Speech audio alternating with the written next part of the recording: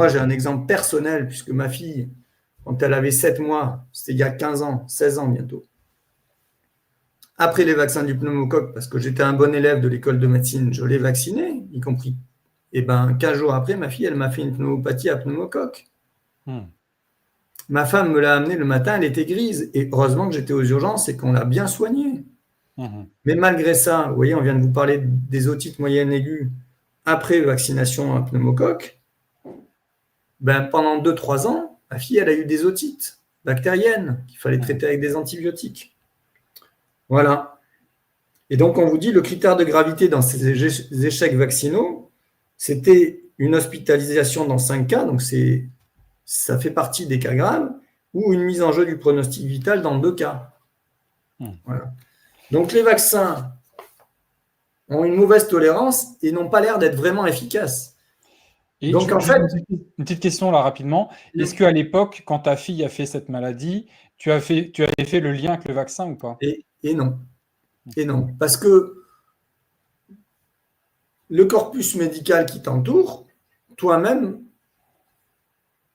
il y a un espèce de truc qui te convainc que les vaccins, ça peut. Et le pédiatre, le chef de service, qui est quelqu'un que j'appréciais beaucoup, avec qui on travaillait très bien, m'a dit, mais tu sais, dans les vaccins du pneumocoque, il n'y a que tel tant de souches, je ne sais même plus, je crois que c'est 13 souches quand même.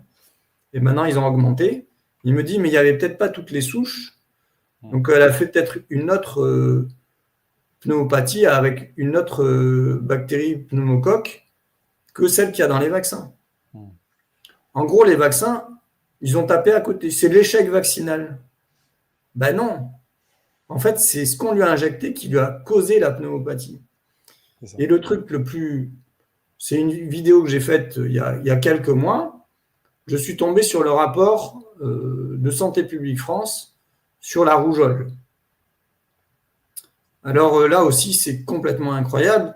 Pour moi, tout ça, c'est des grandes révélations et quelque part, ça déculpabilise aussi ces grands gouverneurs, mais il va falloir qu'à un moment, ça sorte. Donc, en janvier 2018, ils pondent une obligation vaccinale. On ne sait pas trop pourquoi. Il y a une vidéo du cher président qui dit qu'il y a eu un grand débat démocratique. Je ne l'ai pas vu.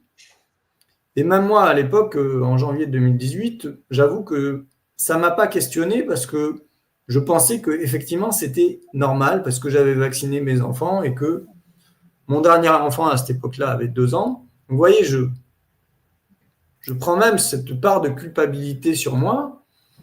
Je n'ai pas réagi à cette obligation vaccinale en janvier 2018 qui est tombée comme un coup près. Sauf que là, dans le rapport de Santé publique France sur la rougeole, en 2017, on nous dit qu'il y a 519 cas de rougeole et en 2018, il y a à peu près 2900 cas. Donc ça a explosé.